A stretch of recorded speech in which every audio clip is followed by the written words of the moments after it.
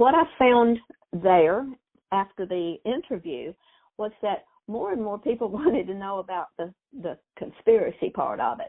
Who was doing what to who, and who was tapping into my laptop, and who was listening on my phone, and who was driving up on the parking in front of the house with their little listening equipment. And what I found was that people became more interested in that than they did with what I was beginning to understand was the real purpose for all that foolishness.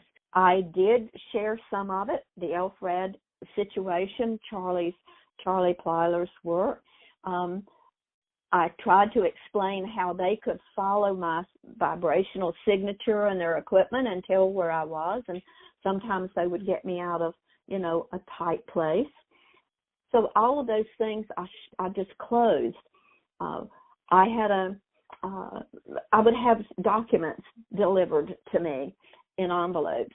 One of them was the classified document that tells how they picked up the wave sequencing off of Charlie's equipment and were using it in a project, in dark undercover project, to make a weapon out of it.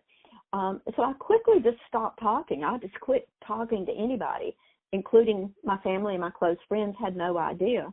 The closest they would know is my daughter. Her house set way back off the road, and I came in one trip, she says, sliding in her driveway and gunning the car down, and there were black cars behind me.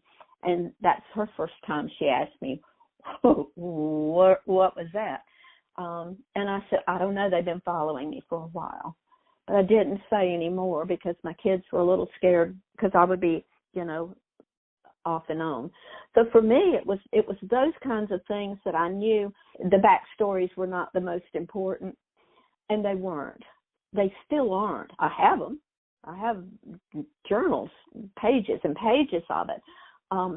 But I understood pretty early on that was not, if that's all anybody wanted to hear, I was not going to be the one, because there's plenty of those out there.